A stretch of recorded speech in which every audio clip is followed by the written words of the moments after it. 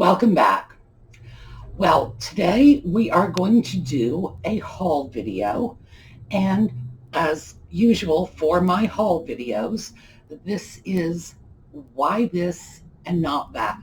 I'll be showing you pictures of some of the things that I left behind, and we'll be talking about why I took one piece rather than another. So we'll get right to it in a minute.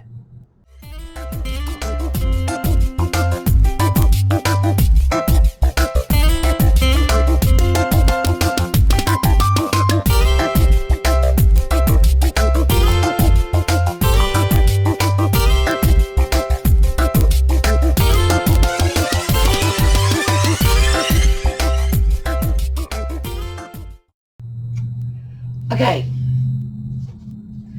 how about some more familiar phrases from our friends, Senor de Fonseca and Senor Carolino? Now, for those of you who are not familiar, I've been reading from a book called English as She Is Spoke that was written by a couple of delightful Portuguese gentlemen who, in fact, did not speak English, but that didn't stop them. So, let's go back to familiar phrases. You will recognize these, I'm sure, because you use them every day. We were believing all deads. Do not touch there. I wonder what that was about. Do not discompose you two. Do not speak more that. We were how lost. Do not might one's understand to speak. Where you go too fast. Where we begin us to. Ones can to believe you? Ask him ones.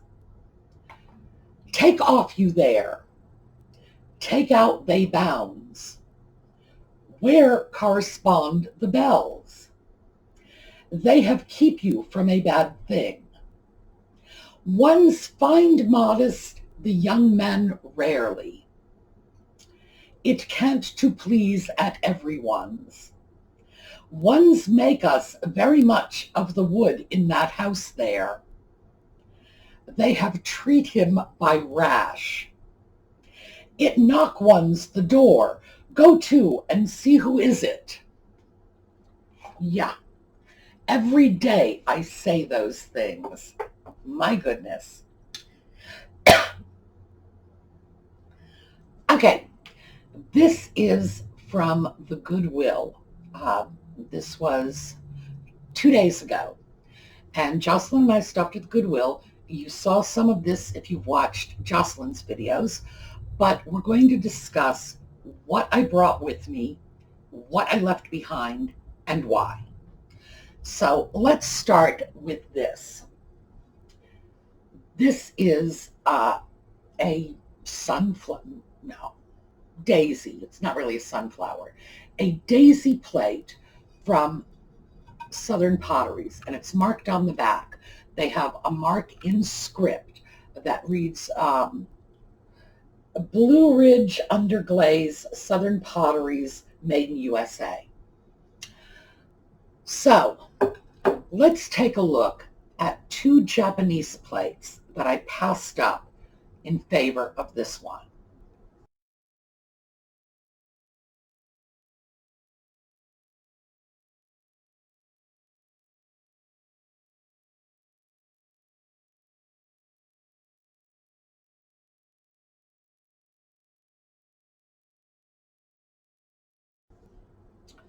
Now, in my personal opinion, those Japanese plates are much nicer than this. Uh, the style, the execution, the beauty of the design, I think, hands down, the Japanese plates are the winner. But this is from a collectible American pottery, and the condition is perfect. There is a little area, right here. Can't see it with my eyes, but I can feel it with my fingers, where there was a little chip in the plate before it was glazed. And I was a little concerned about that. I thought that might have been just a very good repair, but no, this was manufacturer's glaze right over it. So this is the original paint, the original glaze. So I don't have to be concerned about that because that's not damage. I picked up a piece of Southern pottery, I believe at the same Goodwill, just 2 months ago, I believe. And someone wrote in to the Crazy Lamp Lady video, and that's where we showed that particular shopping trip, and said, that's Southern pottery, because I said I couldn't read the writing on the back. The stamp, well, it's a script stamp for one thing, and I guess you just put it on a little fuzzy. Southern pottery. So I did a little research, and yes, collectible. So why this? There is a market for this plate. The Japanese plates, even though, in my opinion, they are more attractive pieces, do not have the same market. And I am buying for resale, not for myself. So this is in. The Japanese plates are out. Another Japanese piece. This. This is, oh, and let me see if I still, I don't have a price tag on this. This was $2, $1.99. 99 cents price tag is still on it. There's still some price tag here, so this hasn't even been cleaned up. This is a Japanese piece, and I don't know if you can see, it's got Japanese, or it's got Japan incised right into the bottom. And that tells me about the age of this piece. That means this piece is probably at least 40 to 50 years old. Now, it's a small mug. It's got a little thumb rest here, which is a nice feature in these mugs. The condition is outstanding, and the design is actually nice. It's a sort of tan with dark green and a sort of burgundy flower on it. Nice design. There was another mug that I also believe to be Japan, and let me show you a picture of that.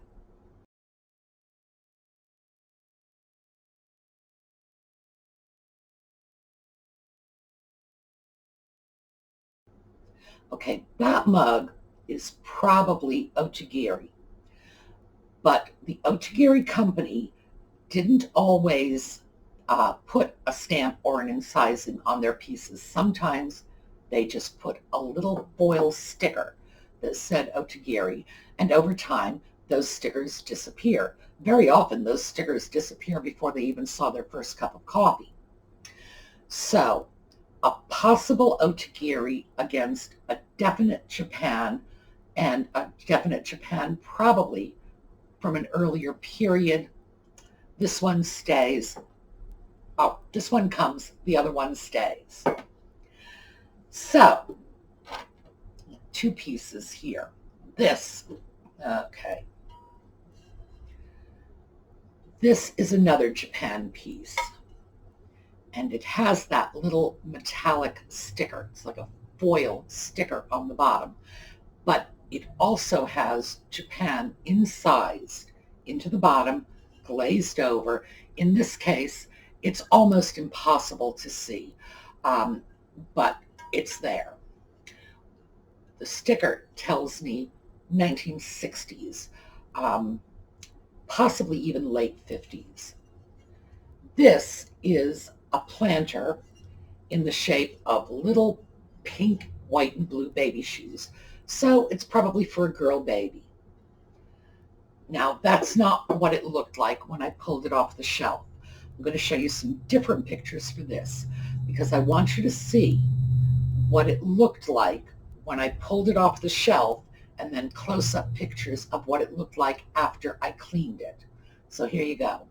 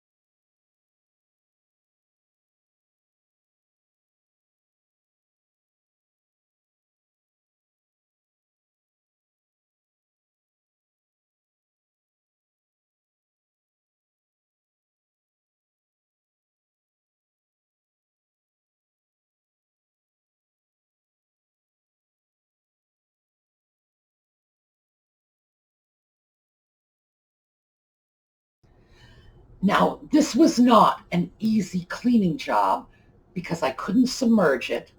If I did, I'd take off this sticker, and I want that there because even though it is marked Japan, the sticker does a good job of dating it. And a sticker like this comes from a fixed point in time, which is probably around the 1960s. Um,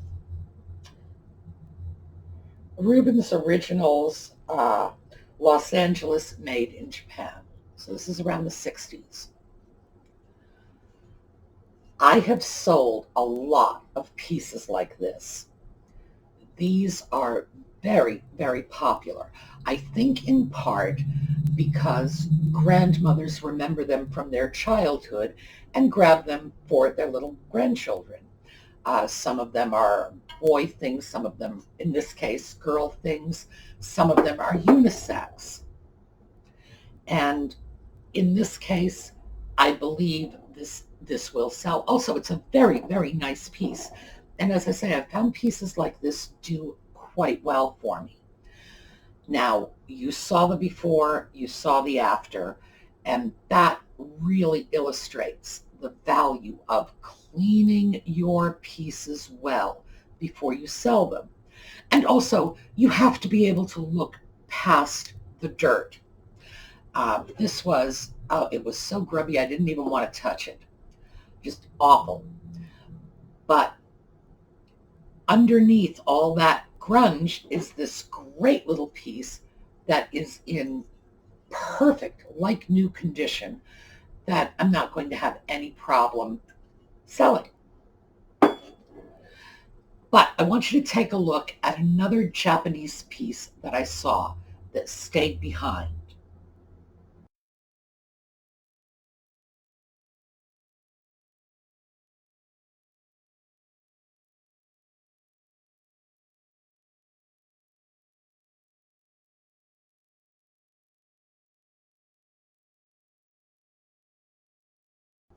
Okay, that piece was a nice little basket, white and pink like this. It wasn't quite baby, but I thought it was a fairly comparable piece.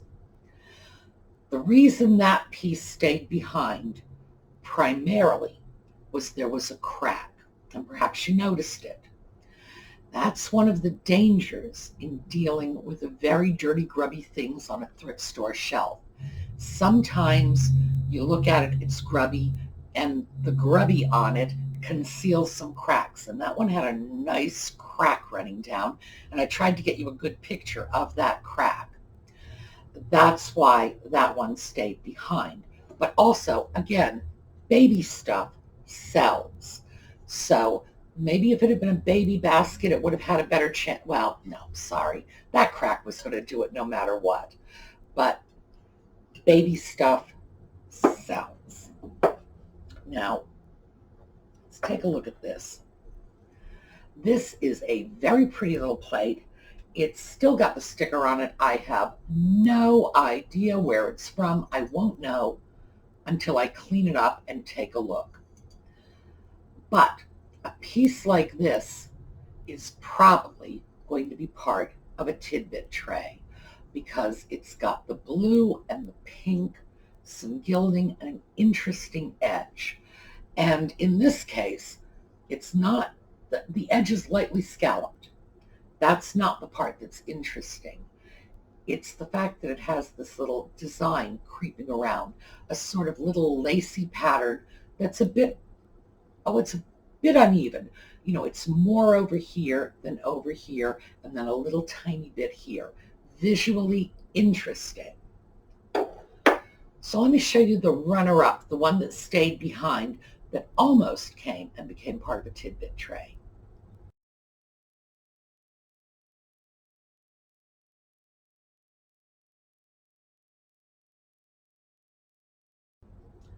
Yes, that was an ashtray.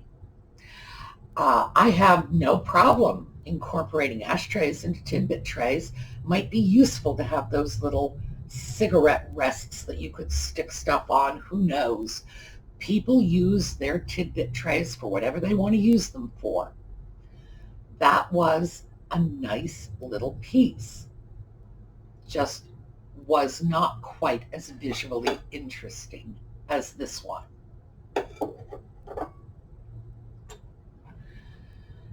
All right, next piece.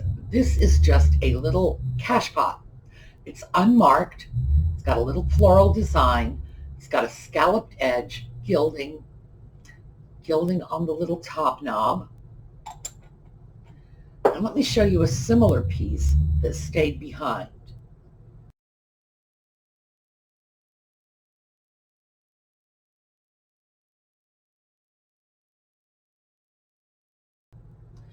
That one was apple-shaped, and I'm sure you'll quickly see the difference is the gilding. I feel this piece, because they're both very small pieces, I feel this piece will be a quicker and easier sale because of the visual interest from the gilding and the more heavily scalloped edge. Those pieces, neither one of them would sell for very much. But in this case, it's how quickly are they going to sell. If I price this right, and I will because I usually don't overprice things in my Etsy shop, price it right, it will not last long. The other one, not so sure. I don't think it had the same visual interest, even though it did have the interest of that apple shape. Just don't think it's quite as visually appealing as this piece. Yeah. A nice little leaf dish. I'm assuming this is a nut dish. A lot of gilding. The color is what appealed to me. This is a sort of tan porcelain moving into brown along the edge with some nice floral designs. Very small. This piece, like the piece that I'm going to show you that stayed behind, has a sort of Asian flair to it, although it's not an Asian piece. This is a European piece. Visual interest is why this one came with me and the other one stayed behind. So let me show you the one that stayed behind.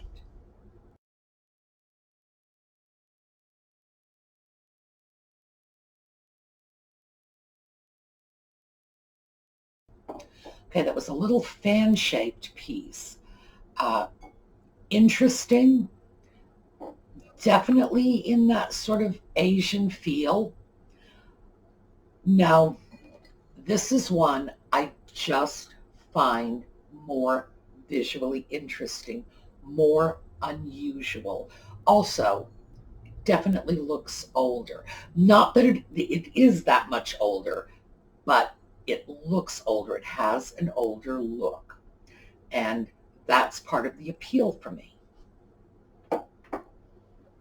So let's take a look at this little guy. This is a little tiny cup of some sort. The inside is completely gilded. It's beautiful. It's got a mark on the bottom, a V with a period, which may be one of the, well, a V with a period is one of the Hummel marks. I don't know if this is a Hummel piece. That might be a Hummel mark, not sure. But this I picked up for the very heavy gilding because that is going to appeal to someone. That might even end up on the top of a tidbit tray.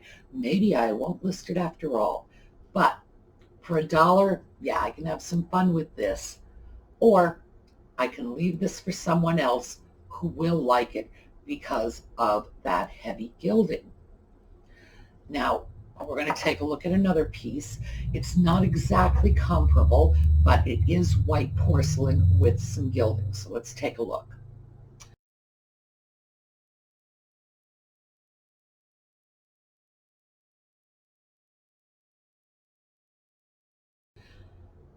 That piece, no. It's interesting. It's not a dull, boring piece, but head to head, this is the one I chose. Now, let's take a look at this. This is a covered dish with, I'm not sure what that's supposed to be, but we've got all this fruit on top. And this is from Lane Potteries, which is a California pottery company. And this is not an uncommon piece. This is a piece of established Lane Pottery in one of their known designs. Is this wildly valuable? Well, on eBay, they sell for anywhere from $5 to maybe $30, which doesn't necessarily depend on condition. I've checked the eBay listings. Some of the pieces in very good condition sold for $5. I think it was just the luck of the draw. The reason I chose this piece right now is November, Thanksgiving. I think if I can get off my butt and get this listed on Etsy, it will probably sell fairly quickly to someone who would like it on their Thanksgiving table, or a collector of American pottery. It's a very nice piece. There's no question about that. The condition is excellent. And of course, this American pottery is just beautiful. It's very well executed, very well painted. Now, I couldn't come up with anything that was really head-to-head. So what I came up with as a comparison was an interesting canister. And the interesting canister is what I left behind.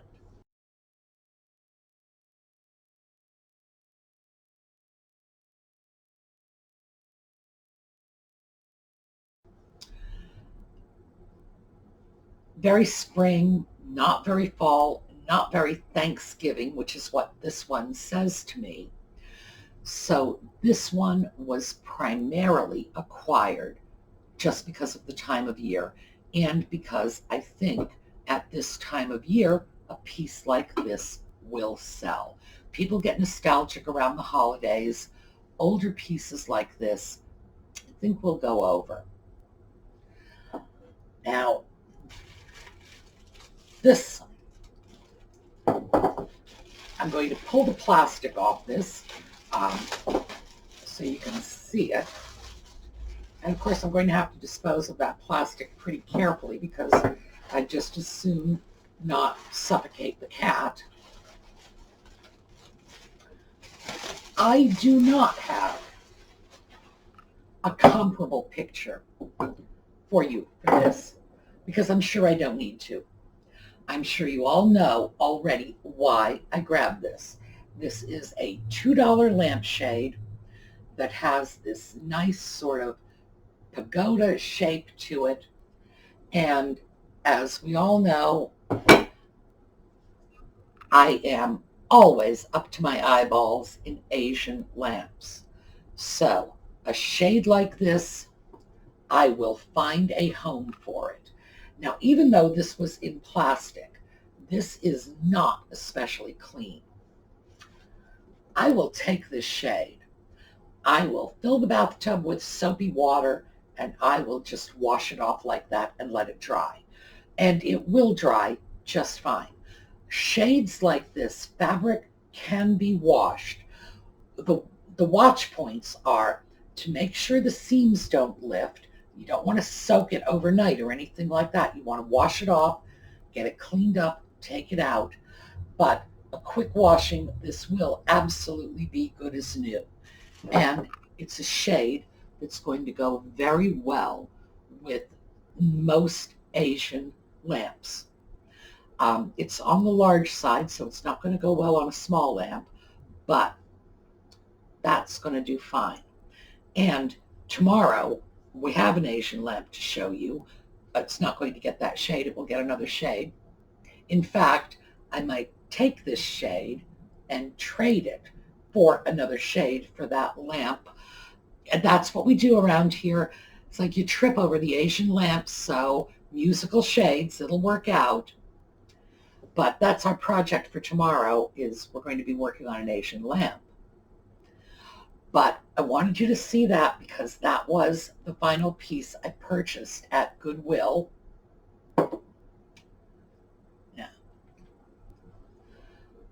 This week, I'm going to be choosing the winner of this tidbit tray and its twin. They're going out. But I wanted to finish off by showing you something that some of you have asked about, and it has to do with this. Why would I make myself crazy scrubbing the daylights out of these bits of porcelain? Well, it is because I come to the selling of porcelain from a background of selling dolls. I want to show you a doll. This, and I will give you some close-up pictures. In fact, I'm pretty sure I've got the manufacturer's stock photos of this doll.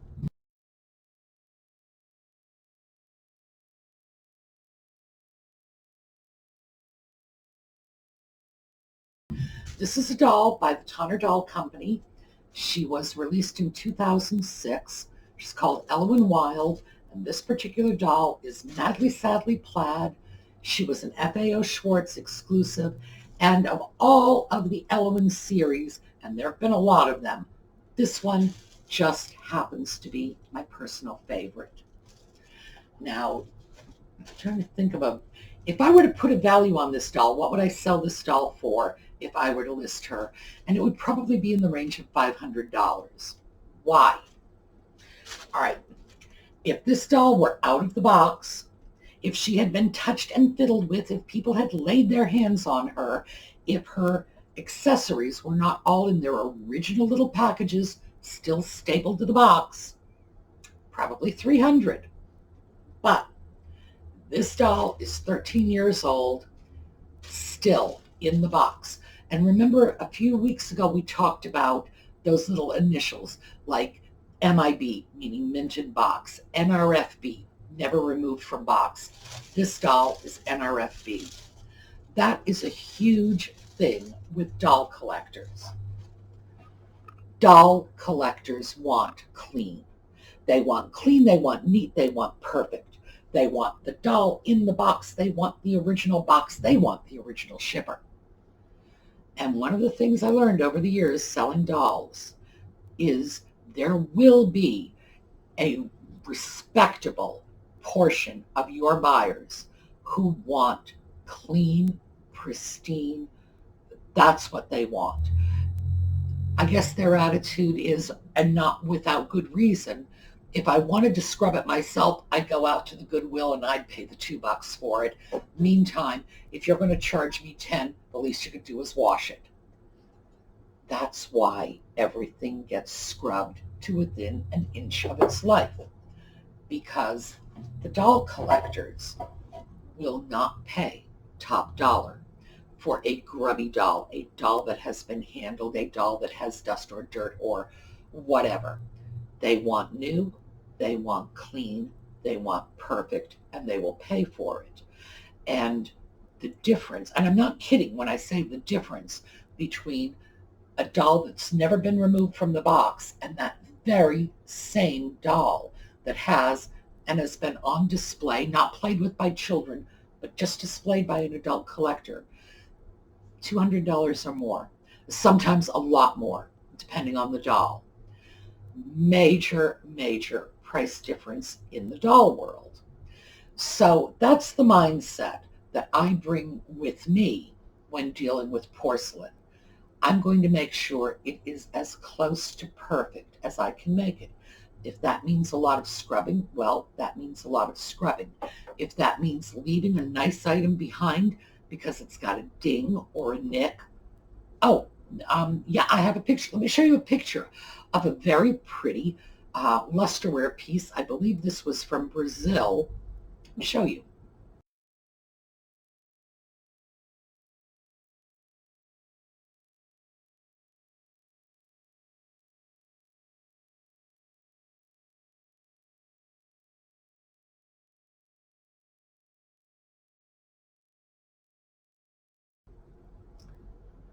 Beautiful lusterware piece, and you know I'm fond of the lusterware, and I can usually sell those pieces pretty easily.